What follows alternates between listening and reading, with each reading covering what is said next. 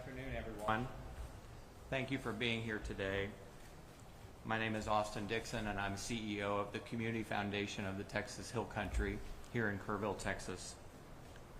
I'd like for us all to start with a moment of silence to acknowledge all of the community members that we have lost, and we pray for everyone who is impacted and everyone who has lost so much.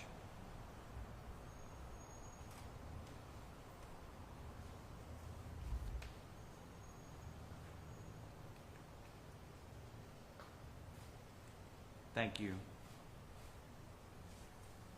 We've gathered today to talk about and share some important news about how the Community Foundation and the community here in Kerr County are coming together to support flood victims and families impacted by the devastating floods on July 4th, 2025. Today we're talking about something that is at the heart of recovery for our Hill Country community, and that is housing. Because rebuilding a safe, stable place to call home is at the heart of recovery. I'm proud to share that the Community Foundation of the Texas Hill Country has committed $40 million to a new housing fund. This is more than bricks and lumber. It's about restoring stability, dignity, and hope for families. Whatever home looks like, whether it's a rebuilt house, a repaired RV, or a safe temporary apartment, this fund will help families get home. In addition to the $40 million housing commitment, in the first 45 days of this recovery, the Community Foundation has granted $16 million to more than 50 local nonprofit organizations working directly with flood survivors. That support has helped over 700 families with emergency assistance, supported over 200 small businesses so that they can keep people employed, and funded 17 volunteer fire departments, our local heroes who have answered the call, and 2 public school districts, including Hunt and Ingram, who are with us today. These grants have paid for things like temporary housing, groceries and food, replacing a car, funeral costs, cleanup expenses, and much needed counseling. Every dollar has helped flood victims stabilize and take that first step forward on the road to recovery. We have also made grants to get schools to open safely and on time. We have funded a water system in Hunt, Texas, so that it's repaired and operational, and a recovery center also in Hunt to support civic needs and to have a safe place for kids to meet after school. The Community Foundation of the Texas Hill Country has organized its long-term response into 4 categories: housing, mental health and well-being, economic recovery and quality of life, and long-term recovery needs.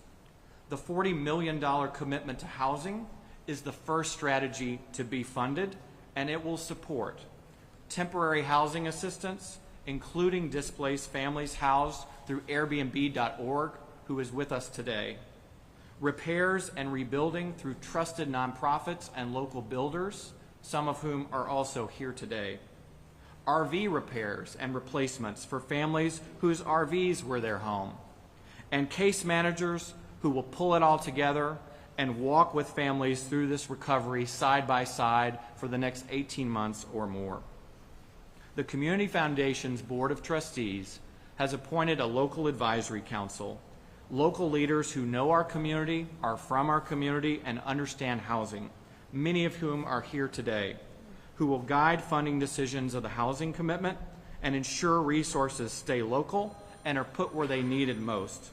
Their recommendations to the Foundation's Board of Trustees are an essential step in effective philanthropy and community-led response to disaster. This is one of the fastest and the largest philanthropic responses. Let me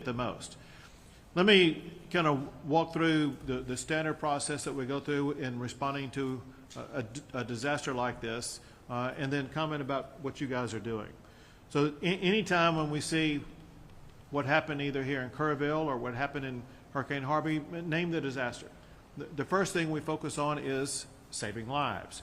And that includes the ongoing search and rescue operations. The second thing that we focus on is things like removing debris. Then we work through that process on legislation. And by the way, as we are speaking right now, the Texas House of Representatives has taken up multiple pieces of legislation that fully respond to all the needs of the Kerrville, but also the other areas affected by all of these devastating floods. I am told that just as I arrived here, the Texas House of Representatives passed out of their chamber the camp safety bill to ensure that the camps in the state of Texas will be safer from flooding events that cost lives like this one did. Then all along the way, what's necessary is the rebuilding process. There are so many people who are displaced that we need to be very empathetic to. These are people who lost their home, people who don't have a place to live, people who are waiting to get back into their homes. And we need to really feel the pain that they are struggling through, knowing that they have to get back into their home as quickly as possible. Corresponding to that, we have donors, so many generous people here in the state of Texas who have supported that effort. And they have the donor intent to make sure that those dollars are going to be used to get those people back into their homes. To see what you've done today with this announcement of $40 million, to know the extent to which it is going to help people actually get back into their homes. And let's aggregate this together. He talked about this new $40 million grant in addition to more than $15 million already granted. And in addition to that, many of you are familiar with what the George Strait Foundation provided. 2 weeks ago, we handed out checks to people who are homeowners who were very devastated. We'll be back again this coming Saturday to hand out more checks. The first round of checks there were $25,000. There will be more money provided. The point is this. The George Strait Foundation is helping about 75 families, 75 residences be able to be fully paid for the rebuilding process. When you look at the money that the Community Foundation is providing to these other local organizations, in addition to the money that would be available after that, I see no reason whatsoever why all of the residents who lost a permanent residence in this region are not only going to be able to have that permanent residence fully rebuilt, but rebuilt at record speed. There's construction projects going on right now, and this is able to happen because of the charitable donations that have been provided. Let me give you a contrast example, and that is when Hurricane Harvey hit, there were literally hundreds of thousands of homes that were impacted and destroyed. And it was far more than what charitable contributions would be able to pay for. As a result, it got stuck into a process that goes to the federal government, that goes through HUD, and it literally takes years, maybe even a half a decade, to get people back into a permanent residence. What these people at this table are doing, they are ensuring that the people of this community will not be going through that experience. They're getting people back in homes this month, next month, very quickly. And this is not only a record amount of money being provided to local residents, I think it's going to be a record speed at which these homeowners are going to be able to get back into their homes. And so I just wanted to be here and say, Austin, thank you for your leadership of this, but also for everybody at this table who will be the local partners involved in the process of making sure that this community is going to be able to execute on the promise of these funds to get into the hands of all the right people to ensure that everybody who is displaced from a permanent residence will be able to get back into that home as quickly as possible. So thank you for doing such a great job. Thank you. Thank you.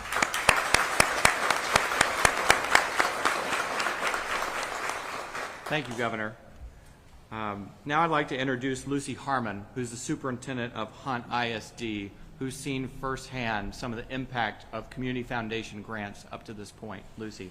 Thank you, Austin. I first want to echo Governor Abbott's comment about the speed of the Community Foundation. Austin and the Community Foundation have been trusted partners and members of our community for a long time. So personally, as a resident of the area, after this tragic flood, when I saw their flood relief fund that was stood up so quickly, it brought me peace to be able to tell people, oh, that's where you send your money. And so I appreciate the quick thinking, the quick action of the Community Foundation in that effort. In the fast-paced 6 or 7 weeks that have followed, the Community Foundation has been there for us time and time again. Our students and families are facing incredible challenges right now, but I do want to tell you the support we've received from the Community Foundation and others has been unbelievable, and it's been very meaningful. I do really great when I'm just pressing on in my day. When I have to stop and think about how blessed we've been with the people that have supported us, it does tend to choke me up, so I will move on. The support for this housing recovery initiative will be very impactful for us as educators. Our students thrive when their housing situation is under control, when they're in their homes and their homes are stable. And so we appreciate this effort because it really supports our students and our families in a meaningful way. We're grateful for the generosity from the Community Foundation that we've all experienced so far. I can tell you personally, I serve on the Community Allocation Committee for the Hunt Preservation Society, and I see several of my fellow committee members here, and I know they would echo the same sentiment. We were so grateful to receive $300,000 from the Community Foundation. We were able early to host an event at the Hunt School that offered resources to our families and our residents that had been displaced or received flood damage, and we were able to immediately put funds in their hands. And that was not only such a joy to be a part of, but it meant so much to them. They were just so touched by the fact that they were able to walk away from that event with immediate funds to help them get started, so we were appreciative for that. In addition to that, if you've never been to Hunt, it is not an incorporated city, and so it has a community water system. The school district used to work off of a well system, which you can imagine is a disaster when trying to ensure that water safety for children. And so we transitioned to be a part of the water group, the community water system there in Hunt, quite a few years back. And so this $370,000 the Community Foundation has done in support of our water system is not just important for the community, important for the school, but it is it's what we really needed at a time that we needed. And so we appreciate that, because anything that can help us with that infrastructure is powerful. I'm excited about the $500,000 grant that the Hunt Preservation Society is receiving. Again, if you've never been to Hunt, we have 4 buildings. We have the volunteer fire department, we have the school, we have the Hunt store, and we have the post office. We now do not have the Hunt store or the post office. Both were devastated in the flood. And so this $500,000 is going to a community center that will be placed in that central part of town. It will serve as a gathering spot for us. It will serve as a temporary post office. That's a big deal for us. We're currently driving at least 45 minutes round trip to even collect mail if the traffic's good. And so these things will not only be convenient, but it's just a real morale booster for the community to have those things back. My students, several of my older students would commonly walk to the Hunt store after school and hang out waiting for parents, and they've lost that. And so we've also talked about that community center having like a student center in it where kids can hang out in that transition time. And that will be so meaningful to every single community member and every single student at Hunt School. So we're so appreciative for that grant. Then finally, we did receive a little bit of flood damage at the Hunt School. In addition to that, we immediately turned the Hunt School into a recovery and response responders support center. And so we operated 4 or 5 weeks housing responders, K-9 units, all kinds of things, feeding them.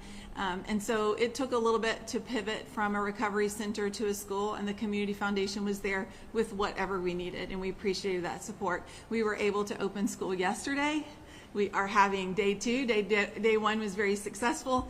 We are on day 2, and so we appreciate that. Our classrooms do not smell like K-9 units anymore, and all of this is thankful to the Community Foundation for their support in this effort. The Community Foundation, I want you to know, is making a real tangible difference for our students, our schools, and both Ingram and Hunt schools and our families. Together, we're going to ensure that children can focus on learning and healing while their families can rebuild their lives. Thank you. Very good. Thank you, Lucy. Thank you, Lucy. I'd now like to introduce Bobby Templeton, who's the former superintendent of Ingram ISD, and he's the chairman of the West Kerr Chamber of Commerce. Bobby. Thank you. Governor Abbott, thank you for being here, sir. It's an honor getting to sit up here with you. It really is. As someone who's worked alongside families and first responders and nonprofits for years, I can tell you that these grants make a huge difference. They not only support the people who protect us, they take care of our families, they take care of our parents. And in just 6 weeks, millions of dollars have gone straight into our immediate relief. And I want everybody to know that when you hear things like that, that is not just a number on a page. Each of those dollars represent a face. They represent a parent. They represent a grandmother, maybe, who is taking care of 3 or 4 kids. They represent a single mother. They represent people who struggle every day just to pay the bills.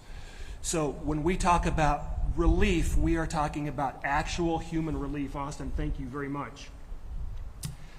From my perspective as the West Kerr chair, I cannot tell you how important the Community Foundation has been for our recovery. We did have quite a bit of damage. One of our buildings was completely lost. We had to relocate some of our operations. Our security fencing was torn down. We have several $1 million worth of damage.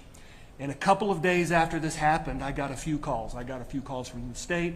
I got a few calls from law enforcement, first responders. But one of those calls came from Austin. Thank you, Austin. And he didn't ask what was going on. He knew. He just said, what do we need to do? And I started to explain what he could do. And he said, wait a minute, I'm on my way. Let me drive out there. Meet me in about 20 minutes. So 20 minutes later, he was there. And it was like a breath of fresh air. We felt so dejected. We felt helpless. We felt things that I've never felt before. And there's a few seminal moments throughout this tragedy that have really helped us feel whole again. And one of those seminal moments was my conversation with Austin Dixon when he said, the Community Foundation is going to be here. We are going to take care of you. We've got this. And out in the middle of a big debris field, you actually saw 2 grown men out there hugging. And so I just want to say thank you to that. Throughout this, somebody asked me earlier, said, how do you feel about all this? And the word that I gave off the cuff kind of was inspired. Although it's really sad, it's tragic.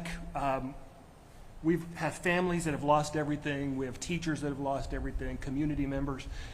But for me, the thing that strikes home most is just how inspiring this is. There is what I'm calling a uniquely American spirit that kind of runs through all of this. One of my jobs in the few days after this happened was delivering food. And I had the privilege of delivering food to first responders from all over the country. Michigan, Indiana, Arizona. I even delivered some food to the Mexican Navy. And I didn't even know Mexico had a Navy. But it was so inspiring, and I've never been so proud to be an American for all of these people just to show up to help a tiny little fly speck of a town they've never heard of, people they don't know. One of these days, I hope we in the West Kerr community are able to load up a bus and go help somebody someplace else. So it's been very, very inspiring. You know, and we're going to hear this over and over that the road is long and it's, you know, it's not a short turnaround. But we are already starting to see a really big crisis in terms of housing. So many of the people that we deal with, Lucy and I in our school and in West Kerr County, are very poor. They don't have 2 nickels to rub together, and when you give them $5,000, it is like giving some of us $50,000. It's just unbelievable. And to see the look on those people's faces when you're able to give them some money and not only give them money, but give them hope and give them a future, it is probably one of the coolest things that I've ever experienced. And I thank you for that. I cannot tell you how proud I am to be an American and how proud I am to be a Texan through all of this, and how proud I am to be part of the Kerrville and West Kerr community. We're a special lot, I've learned. And one thing one of our coaches told me and keeps telling me over and over, and I'm going to tell it to everybody, and that is this: we got this. We got it. Thank you, Bobby. You're welcome.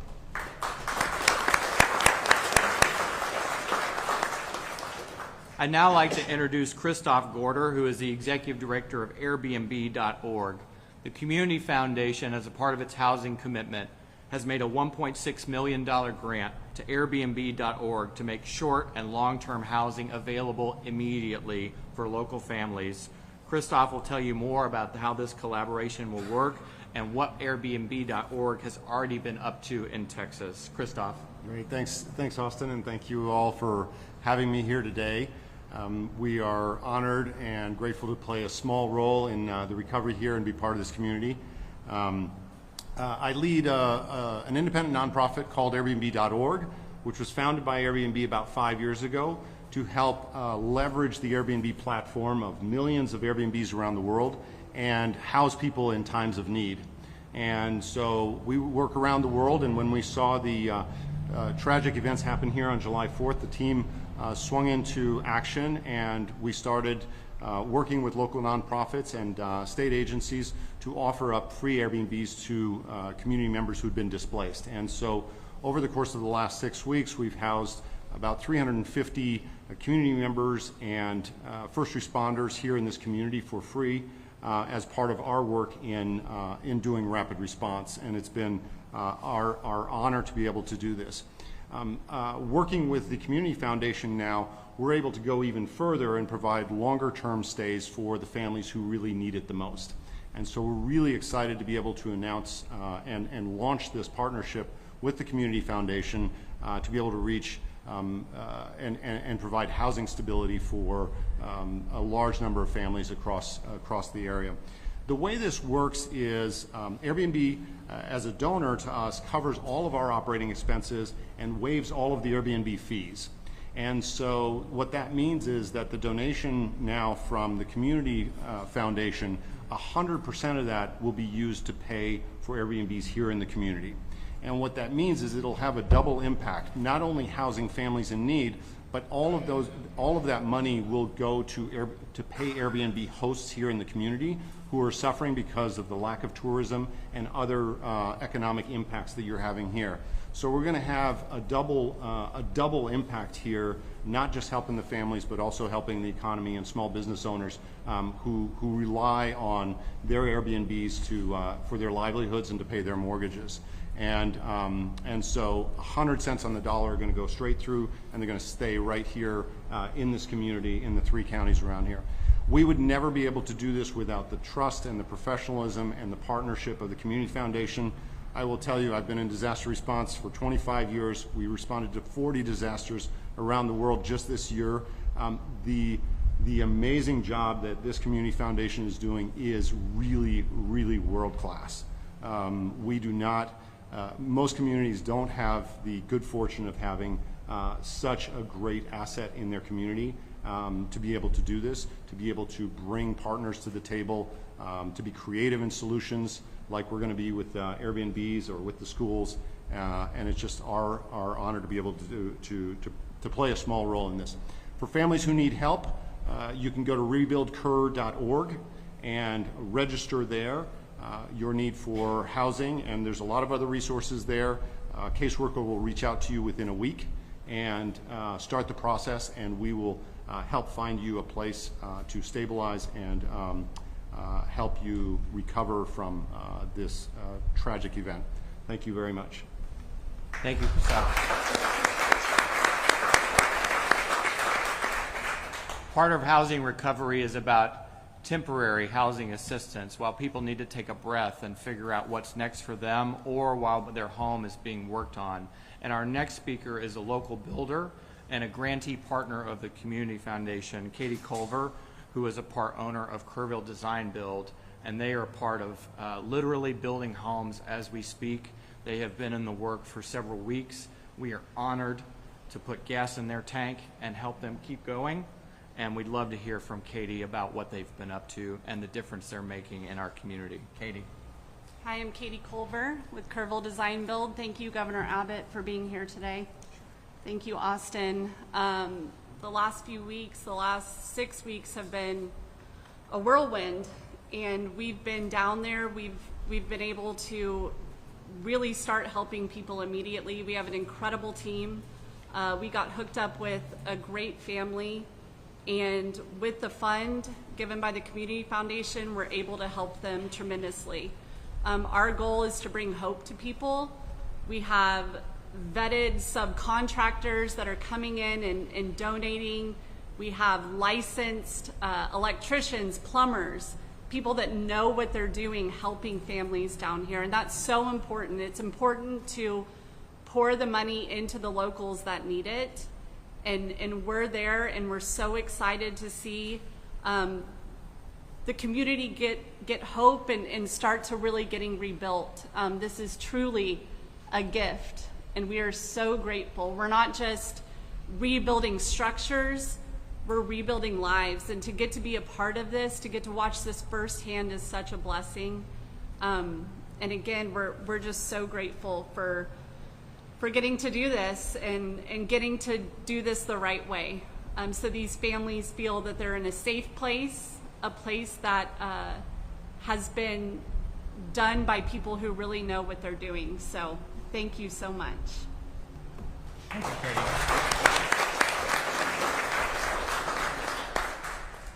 Some people have wondered where the philanthropy is going, and it's coming through the Community Foundation and directly out into the community already. Hammers are swinging, homes are being built. The homeowners that Katie mentioned are with us today, and I hope some of you will get to talk to them later about their personal experience and what they've gone through.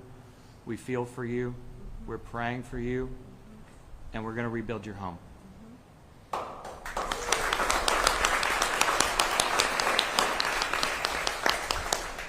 And while you're one family, there's so many others that need this hope and this gift, and we'll be there for them too. And we look forward to standing with you. Thank you. I'd like to thank again the Governor of the state of Texas, Governor Abbott, for being with us today, for championing local philanthropy and local solutions to crisis and disaster response. We are proud of the work we have done. We are proud to be Texans, and we are proud to deliver results for our neighbors, building a new community for today and tomorrow. Neighbors helping neighbors, this is what it's all about. This is the power of philanthropy to deliver results for our community, and this is what Texans do for one another. I have never been more proud to be a Texan than in the past 7 weeks. Please visit rebuildkerr.org for more information on all of the grants that we have made, including grantee name, grant purpose, and dollar amount. If you are affected by the floods in our area, please complete the needs assessment. If you have not done so already, raise your hand. We need to hear from everybody. We cannot help you unless you raise your hand and say, I need help. The needs assessment collects critical information that will be used by our nonprofit and builder partners to connect with you and get you the hope that we promise and we will deliver. If you are a nonprofit organization locally, at the state level, or nationally, and you would like to be involved, visit rebuildkerr.org and fill out our resource assessment. There we are taking an inventory of every organization that wants to raise its hand and get involved in the rebuilding of Kerr County. Thank you all for being here today. God bless you, and God bless Texas.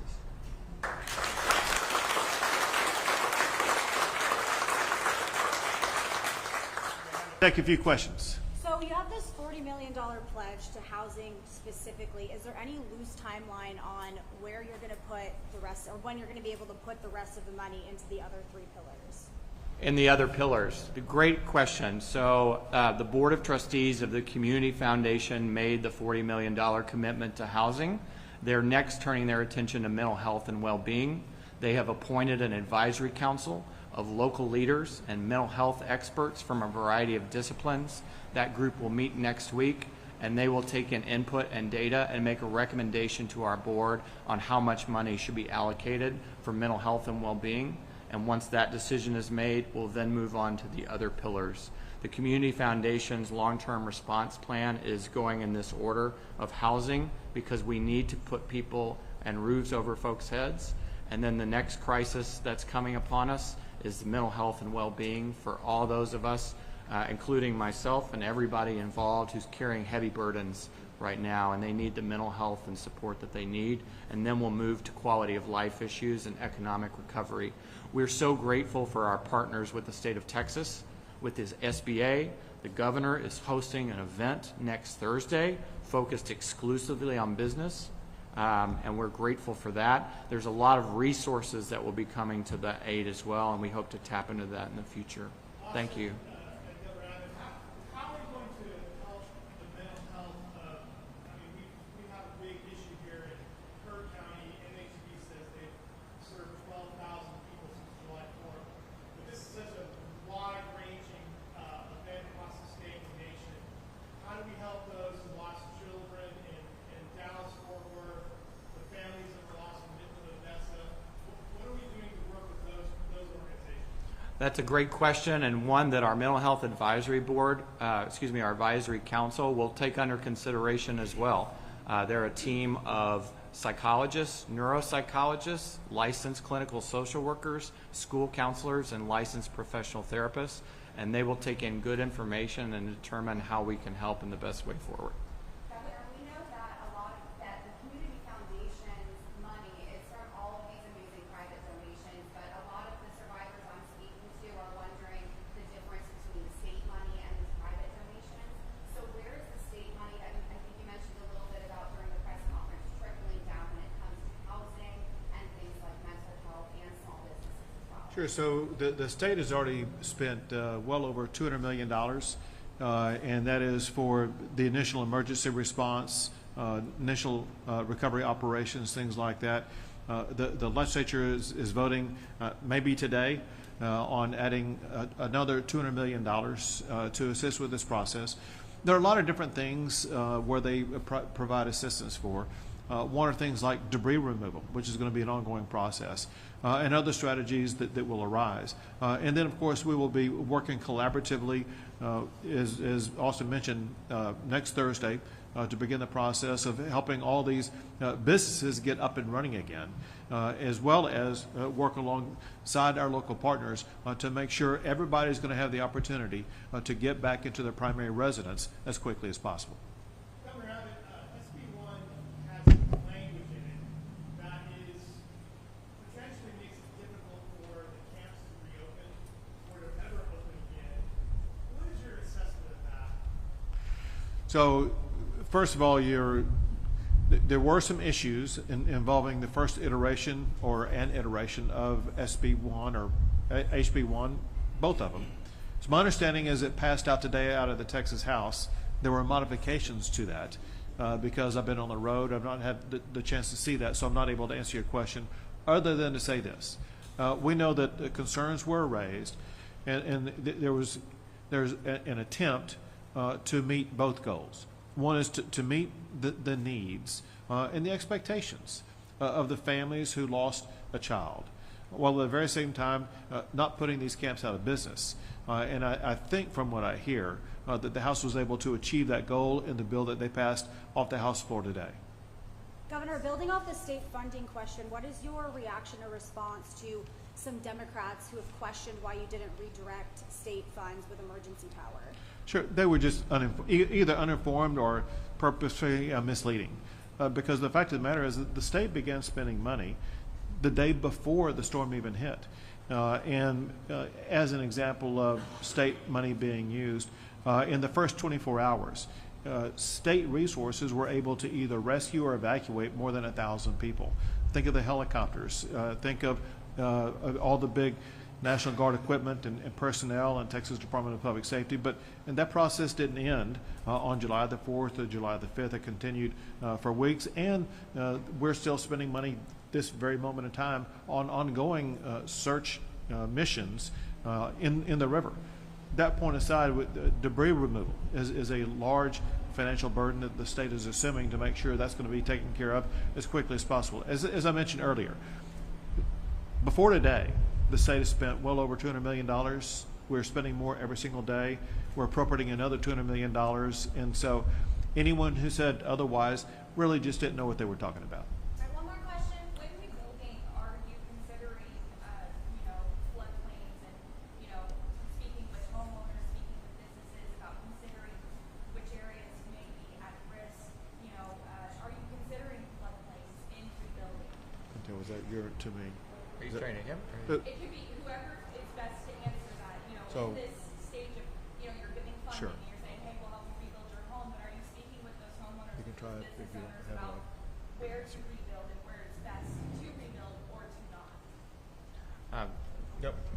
So here's the way this works, and that is, it's going to be up to local governments to make the final determination about which floodplain map to look at.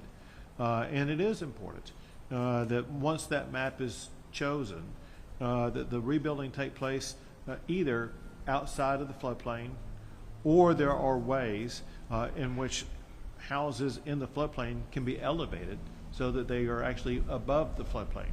We've done that in Houston and we've done it elsewhere. I know it can be done here also, if that is what the resident chooses to do. So there are several options, but the initial action that has to be taken is for the federal government to issue what they consider to be the different floodplain maps, and then the local government deciding which map to use for, in this case, in Kerr County, and then determine which homes will and which will not be in that floodplain. Maybe to answer your question a different way, I don't think resources are going to be used to rebuild houses that are in the floodplain, but we don't know exactly right now where that floodplain contour will be. All right, thank you.